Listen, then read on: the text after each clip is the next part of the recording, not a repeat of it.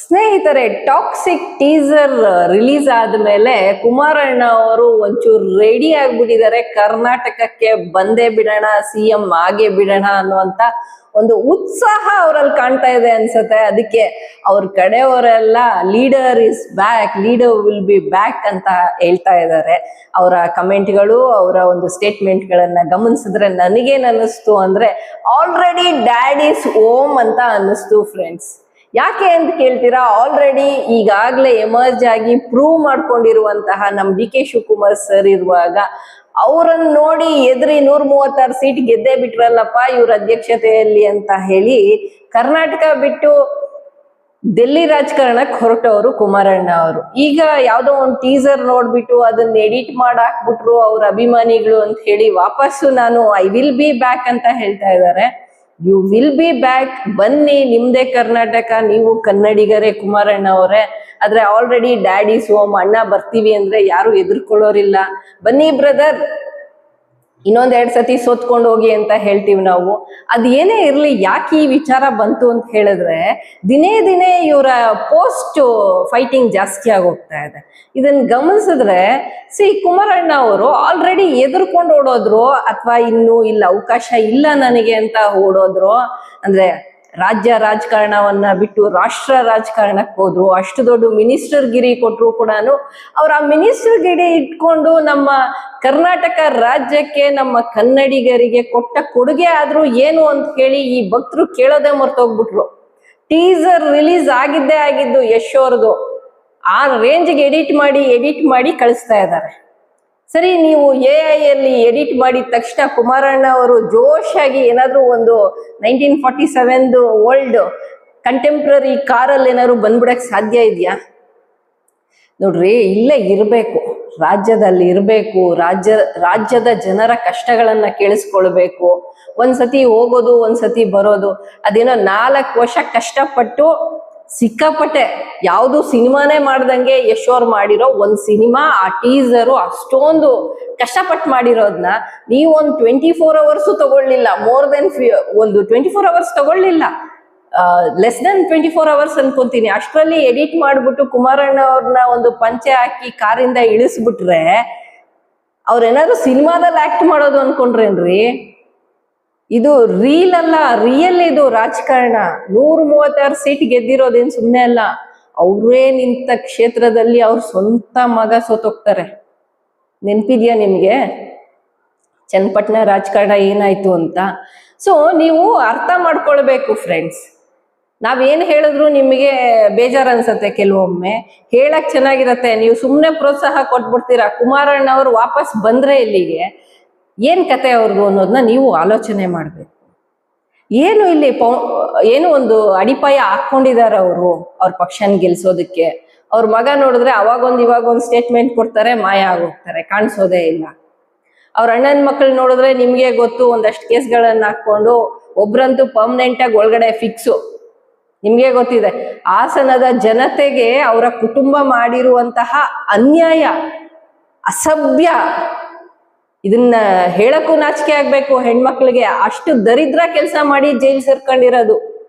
ತಮ್ಮದೇ ವಂಶದ ಕುಡಿ ಪ್ರಜ್ವಲ್ ರೇವಣ್ಣ ಅವರು ಯಾವ ಕೆಲಸದಲ್ಲಿ ಒಳಗಡೆ ಸೇರ್ಕೊಂಡಿದ್ದಾರೆ ಅಂತ ನಿಮ್ಮೆಲ್ಲರಿಗೂ ಗೊತ್ತಿದೆ. ಹಾಸನದ ಹೆಣ್ಮಕ್ಳ ಮಾನ ಮರ್ಯಾದೆ 3 ಕಾಸಿಗೆ ಇಂಟರ್ನ್ಯಾಷನಲ್ ಲೆವೆಲ್ ಅಲ್ಲಿ ಹರಾಜ್ ಹಾಕಿದ ಈ ಕುಟುಂಬದ ಕುಮಾರಣ್ಣ ನೆಕ್ಸ್ಟ್ ಕರ್ನಾಟಕದ ಸಿಎಂ ಆಗ್ಬೇಕಂತೆ. ಸರಿ, ಆಗ್ಲಿ, ನಾವೇನ್ ಬೇಡ ಅಂತ ಹೇಳಲ್ಲ. ಈಗಾಗ್ಲೇ ಆಗಿರೋರೆ, ಅವ್ರ ಮೇಲೆ ನಮಗೂ ಗೌರವ ಇದೆ ಸ್ವಲ್ಪ. ಯಾಕಂದ್ರೆ ಅವ್ರ ಮಕ್ಕಳನ್ನ ಅವ್ರ ಹಂಗ್ ಸಾಕಿಲ್ಲ, ಅವ್ರ ಮಕ್ಳು ಸ್ವಲ್ಪ ಆದ್ರೂ ಸರಿಯಾಗಿದ್ದಾರೆ ಅನ್ನೋಂತ ಒಂದಿದು.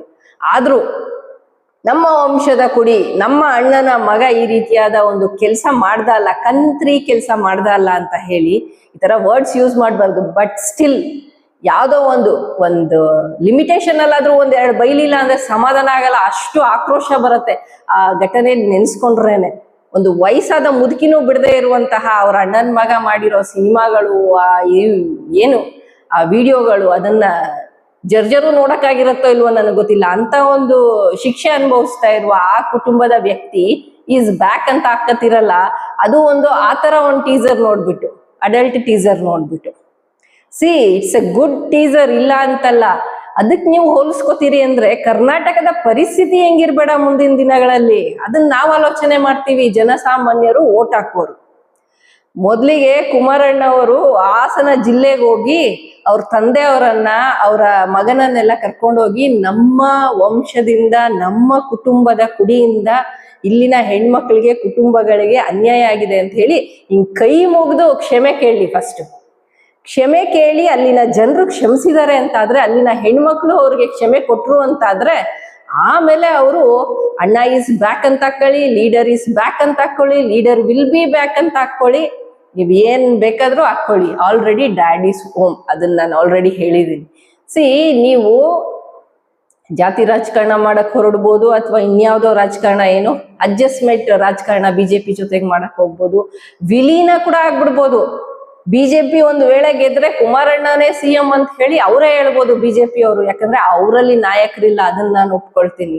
ನಾಯಕನೂ ಇಲ್ಲ, ನಾಯಕತ್ವದ ಗುಣಗಳಿರುವಂತಹ ಒಬ್ಬ ವ್ಯಕ್ತಿ ಕೂಡ ಬಿಜೆಪಿಯಲ್ಲಿ ಸಿಗಲ್ಲ, ಇನ್ನೊಂದು ಮಾತಿಲ್ಲ. ಕುಮಾರಣ್ಣನೇ ಆ ಲೆಕ್ಕಕ್ಕೆ ಅಂತಾನೆ ಇಟ್ಕೊಳ್ಳೋಣ.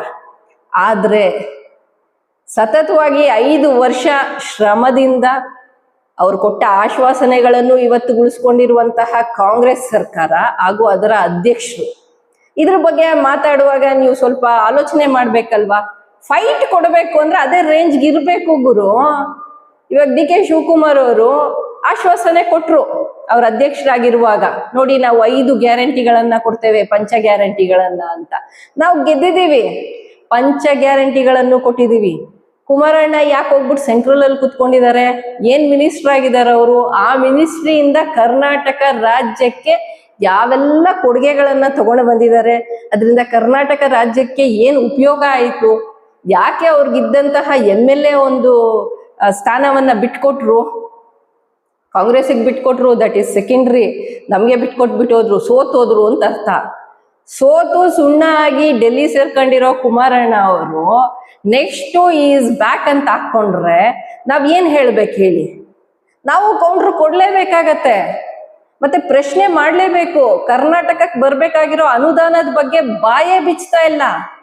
ಸೆಂಟ್ರಲ್ ಮಿನಿಸ್ಟರ್ ಮಾಡಿ ಕೂರಿಸ್ಬಿಟ್ಟಿದ್ದಾರೆ ಅಂತ ಹೇಳಿ ಜಮ್ ಅಂತ ಕೂತ್ಕೊಂಡ್ಬಿಟ್ರೆ, dad is back, dad is home ಅಂತ ನಾವ್ ಹೇಳ್ತೀವಿ. ನೀವು ಅಣ್ಣ ಈಸ್ ಬ್ಯಾಕ್ ಅಂದ್ರೆ ನಾವು ಡ್ಯಾಡ್ ಈಸ್ ಹೋಮ್ ಅಂತ ಹೇಳ್ತೀವಿ. ಯಾಕಂದ್ರೆ ಒಂದು ತಂದೆ ಸ್ಥಾನದಲ್ಲಿ ನಿಂತ್ಕೊಂಡು ಕರ್ನಾಟಕದ ಜನತೆಗೆ ಕೊಟ್ಟ ಗ್ಯಾರಂಟಿಗಳನ್ನ, ಎಲ್ಲ ಆಶ್ವಾಸನೆಗಳನ್ನ ಈಡೇರಿಸ್ತಾ ಇರುವಂತಹ ಸರ್ಕಾರ ಹಾಗೂ ಕಾಂಗ್ರೆಸ್ ಪಕ್ಷದ ಅಧ್ಯಕ್ಷರಾಗಿ ನಾವು ಅವರನ್ನು ಗೌರವಿಸ್ಲೇಬೇಕು. ಅವ್ರಿಗೆ ಗೌರವ ಕೊಡದೆ ಯಾವಾಗ್ಲೋ ಓಡೋಗ್ಬಿಟ್ಟು ಇವಾಗ ಟೀಸರ್ ಬಂದಾಗ ಬಂದ್ಬಿಟ್ರೆ ನಾವು ಅವರನ್ನ ಬನ್ನಿ ಅಣ್ಣ ನೀವು ಬರೋದೇ ಕಾಯ್ತಾ ಇದ್ವಿ, ಬನ್ನಿ ಇನ್ನೊಂದಷ್ಟು ಅನ್ಯಾಯ ಮಾಡಿ ಇನ್ನೊಂದು ಪಕ್ಷದ ಜೊತೆಗೆ ಸೇರ್ಕೊಂಡ್ಬಿಡಿ, ಅವ್ರು ಗೆದ್ರೆ ನೀವು ಗೆದ್ದಂಗೆ, ಅವ್ರು ಸೋತ್ರೆ ನೀವು ಸೋತಂಗೆ ಅಂತ ಹೇಳಿ ಒಪ್ಕೊಳ್ಳೋ ಅಂತ ಜನ ಅಲ್ಲ ಕನ್ನಡಿಗರು. ಹಾಸನಕ್ಕೆ ಮಾಡಿರುವಂತಹ ಅನ್ಯಾಯ ಇವತ್ವರೆಗೂ ಜನರ ಮನಸ್ಸಲ್ಲಿ, ಇವತ್ತೇ ಅಲ್ಲ ಎಷ್ಟೇ ವರ್ಷ ಆದ್ರೂ ಅದು ಇತಿಹಾಸ ಆಗಿ ಉಳ್ಕೊಂಡ್ಬಿಡುತ್ತೆ, ಅಚ್ಚಳಿಯದೆ ಉಳ್ಕೊಂಡ್ಬಿಡ್ತಾರೆ. ಯಾರೋ ಅವಾಗ ಬಂದ್ಬಿಟ್ಟು ನಮ್ಮ ಮೇಲೆ ಯುದ್ಧ ಮಾಡ್ಬಿಟ್ಟು ಹೋಗಿದ್ರು ಅಂತಾರಲ್ಲ, ಬ್ರಿಟಿಷರು ದೋಚ್ಕೊಂಡು ಹೋಗಿದ್ರು ಅಂತ ಹೇಳ್ತಾರಲ್ಲ, ಆ ತರ ಅಲ್ಲ ಇದು. ಇವತ್ತಿನ ಕಾಲದಲ್ಲಿ ಹೆಣ್ಮಕ್ಳು ಸಮಾನವಾಗಿ ಬದುಕಬೇಕು ಅನ್ನೋ ಕಾಲದಲ್ಲಿ ಹೆಣ್ಮಕ್ಳ ಮೇಲೆ ಮಾಡಿರುವಂತಹ ದೌರ್ಜನ್ಯ JDS ಪಕ್ಷದವರನ್ನ ಖಂಡಿತ ಕ್ಷಮಿಸೋದೇ ಇಲ್ಲ. ಅದರಲ್ಲೂ ಒಂದು ಕ್ಷಮೆನೂ ಕೇಳದೆ ಇರುವಂತ, ಈ ಕ್ಷಣದವರೆಗೆ ಕ್ಷಮೆ ಕೇಳಲಿಲ್ಲ ಕುಮಾರಣ್ಣ ಆಗ್ಬೋದು, ಅವ್ರ ಫ್ಯಾಮಿಲಿ ಆಗ್ಬೋದು, JDS ಪಕ್ಷದ ನಾಯಕರಿರ್ಬೋದು. ಸೊ ಇವ್ರು ವಾಪಸ್ ಹೋಗಿ ಬೇಟಿ ಬಚಾವೋ ಬೇಟಿ ಪಡಾವೋ ಪಕ್ಷಕ್ಕೆ ಸೇರ್ಕೊಂಡು ಇನ್ನೇನ್ ಕಲ್ತ್ಕೊಂಡಿದಾರೋ ಏನೋ, ಇನ್ನೇನ್ ಉದ್ಧಾರ ಮಾಡ್ತಾರೋ ಏನೋ. ಸೊ ಇಷ್ಟು ಹೇಳ್ಬೇಕು ಅನ್ನಿಸ್ತು, ಹೇಳಿದೀನಿ. ನೀವು ತಗೊಳ್ಳೋದು ಬಿಡೋದು ನಿಮಗ್ ಬಿಟ್ಟಿರೋದು. ಕೌಂಟ್ರ್ ಕೊಟ್ರೆ ತಲೆನೇ ಕೆಡ್ಸ್ಕೊಳ್ಳಲ್ಲ ಗುರು. ಆಯ್ತು, ಈ ವಿಡಿಯೋ ಇಷ್ಟ ಆಗಿದ್ರೆ ಲೈಕ್ ಮಾಡಿ, ಶೇರ್ ಮಾಡಿ, and don't forget to subscribe my YouTube channel for more videos ಅಂತ ಹೇಳ್ತಾ, thank you for watching this video. Thank you friends.